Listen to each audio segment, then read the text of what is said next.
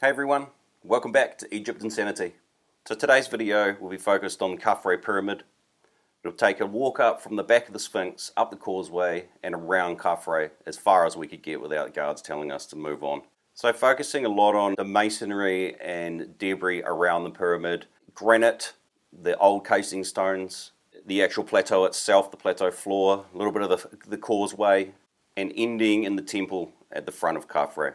Now I've got a lot of footage of the plateau and just the surroundings of all the pyramids, some that I've used in other clips. I'll be doing a series of videos just to keep them short and quick, keep them interesting, of the plateau, all three pyramids, some of the satellite pyramids, looking at all the debris, all the old casing stones, and what it's actually like just to walk around the pyramids. Part 2 will be moving on from Khafre around to Menkaure, and then from there across to the Great Pyramid. My last video of the plateau will be walking around some of the off-limits areas where you kind of got to run away from the guards and get away, looking at the doors that have been blocked off, gated off doors, chained off doors, padlocked shafts that just go into what looks to be under the pyramids. This will be one of many short videos. Sit back, relax, like and subscribe, throw a comment in, you know how it goes. Thanks people, love you all.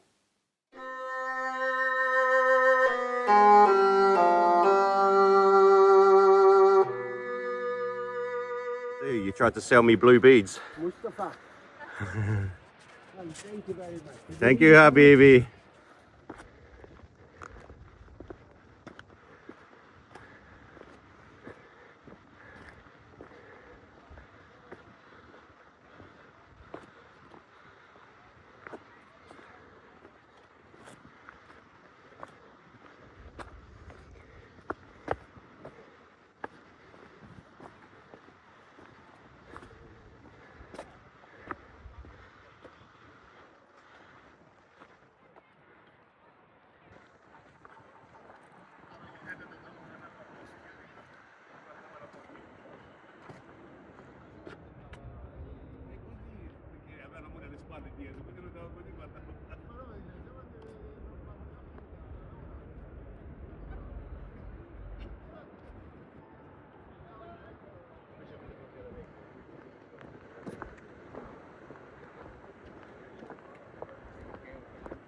Just chiming in here for a second.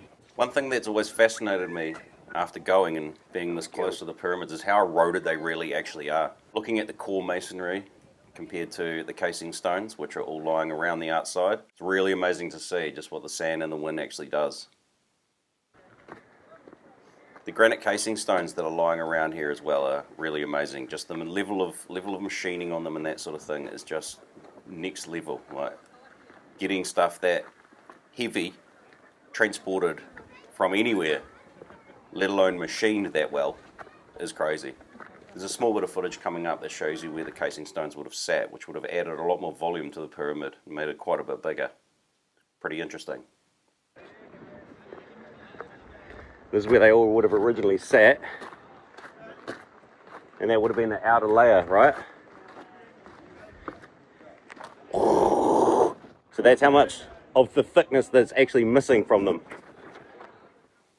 Obviously too, a lot of the granite's been used for other purposes. So they've used the wet timber wedge way of splitting and breaking it up. A lot of the Great Pyramid casing stones were used to build the citadel in Cairo and for many other buildings in Cairo as well. So these pyramids really have been pillaged of all their nice granite. Very interesting. And the wind doesn't just do that, so someone's been up there and dislodged it. Glam. Glam, my darling.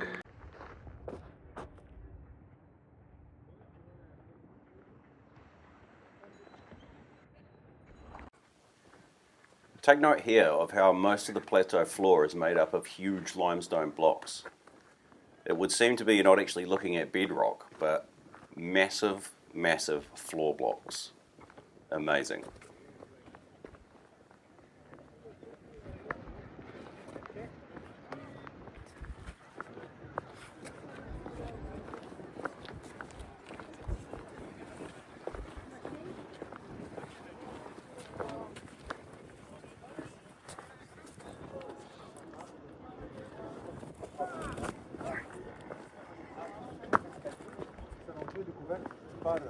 l'égyptologue anglais.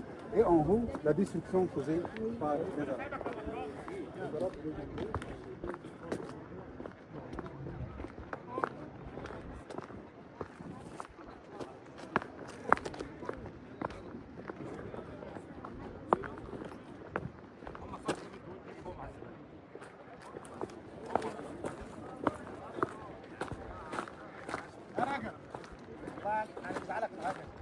Over here quickly.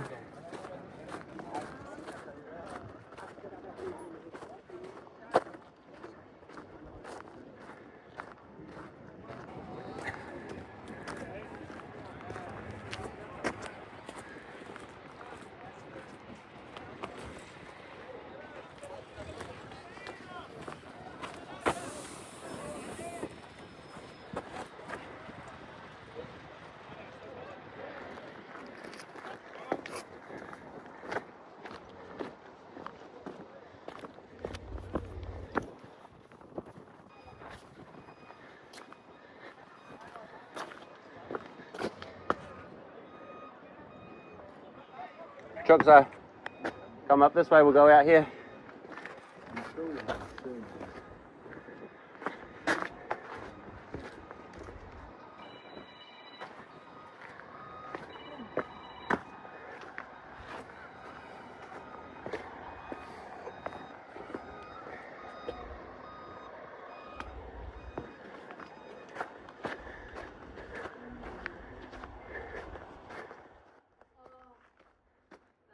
What? Competition's gonna be on. What do you mean? This walk through the mortuary temple is cool. Yeah. These limestone blocks that make up the walls, the erosion on them, they're just so big. Say again? Balancing there, teetering on the edge. Absolutely massive. Shukran, Habibi. Shukran. Habibi, thank you. New Zealand. You too, brother. Yes. Yeah.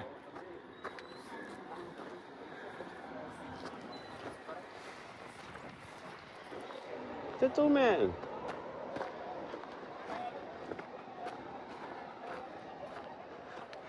Cool. Down here, my trucksons.